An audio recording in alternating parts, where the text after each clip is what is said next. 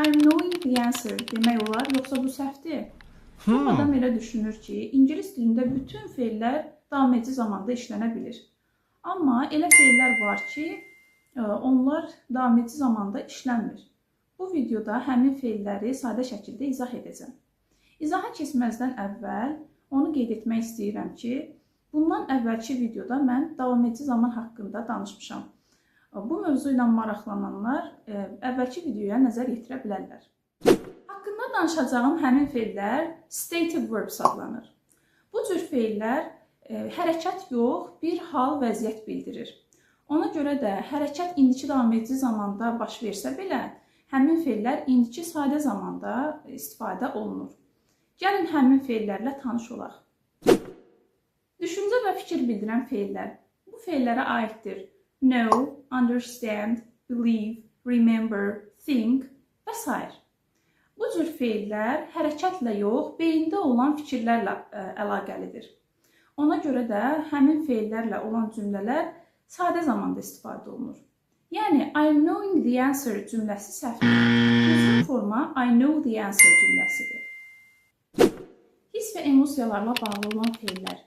Bura aiddir. Love, like, hate, dislike və s. İstək və ehtiyaclarla bağlı olan fe'llər. Want, prefer, need və s. Bu fe'llər adətən davam edici zamanda işlənmir. Amma hər işdə olduğu kimi burada da bir istisna var. İngilislər demiş, there is always a but. Bəzi fe'llər hər iki zamanda işlənə bilir. Yəni, bəzi fe'llər mənasından asılı olaraq həm action, həm də stative verb kimi cümlədə çıxış edir. Buna görə də həm davam edici zamanda, həm də sadə zamanda istifadə oluna bilir. Gəlin həmin fe'llərlə tanış olaq. Think fe'li düşünmək, fikirləşmək mənasını ifadə edir və fikir bildirən zaman indiki davam edici zamanda işlənmir. Məsələn, I think this movie is great.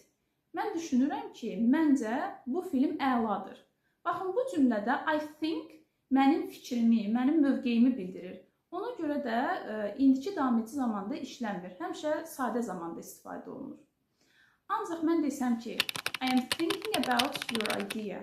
Mən sənin ideyan haqqında fikirləşirəm. Burada isə I am thinking mənim beynimdə olan bir prosesi bildirir.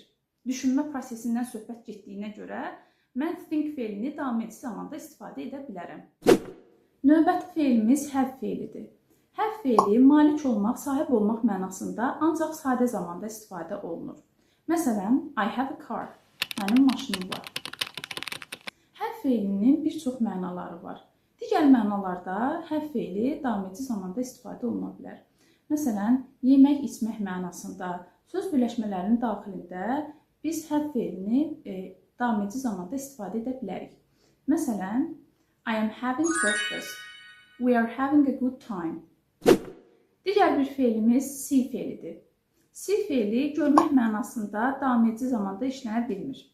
Məsələn, I see the mountains. Amma görüşmək mənasında see fe'li davam edici zamanda işlənə bilir. Məsələn, I'm seeing my doctor tomorrow. Taste fe'li dadı olmaq, dad vermək mənasında sadə zamanda istifadə olunur. Məsələn, this soup tastes good. Bu sup yaxşı dadır. Amma taste fe'li dadına baxmaq mənasında davam edici zamanda işlənə bilər. Məsələn, she is tasting the cake. O tortun dadına baxır. Digər bir fe'limiz feel fe'lidir. Feel hiss etmək mənasında davam edici zamanda işlənmir. Məsələn, I feel tired. Ancaq toxunaraq baxmaq, yoxlamaq mənasında isə feel fe'li davam edici zamanda işlənə bilər. Məsələn, he is feeling the fabric. Digər fe'limiz look fe'lidir. Bu fe'l görünmək mənasında sadə zamanda istifadə olunur. Məsələn, you look beautiful. Amma baxmaq mənasında isə look fe'li davam edici zamanda istifadə oluna bilər. Bu mənanı ifadə edərsə, look fe'lindən sonra mütləq at sözünüzü gəlməlidir. Məsələn, they are looking at the picture. Haqqında danışacağım sonuncu fe'l be fe'lidir. Düzdür, məktəb vaxtında bizə öyrədilib ki, be fe'li ancaq sadə zamanda istifadə olunur. Davam edici zamanda istifadə oluna bilməz. Ancaq mənasından asılı olaraq be feili daim edici zamanda da istifadə oluna bilər. Əgər bu feil özünü aparmaq, davranmaq mənalarını ifadə edirsə, o zaman daim edici zamanda istifadə edilə bilər. Məsələn, he is not a child, but he is being childish. O uşaq deyil, amma hal-hazırda özünü uşaq kimi aparır. Bu cümlədə be feili onun özünün uşaq kimi aparmağından bəhs edir. Müqayisə üçün digər nümunələrə də baxaq. He is ridiculous və he is being ridiculous. Bu cümlələr arasında hansı fərqlər var? Birinci cümlədə söhbət onun xasiyyətindən, xarakterindən gedir. Ona görə də indiki sadə zamanda istifadə olunur. Amma he is being ridiculous cümləsi o deməkdir ki, o ümumiyyətcə axmaq insan deyil, amma özünü hal-hazırda axmaq kimi aparır. Feillərin siyahısını açıqlama bölməsinə yazacağam. İstəyən olsa oradan götürə bilər. İndi sizə bir sualım olacaq. Ekranda gördüyünüz bu cümlədə sizcə hansı zaman olmalıdır? Fikirlərinizi rəy bölməsində yazın.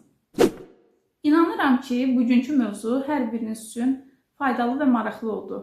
Əgər videonu bəyəndinizsə, bəyənib şərh yazmağı və kanalıma abunə olmağı unutmayın. Növbəti videoda görüşərik.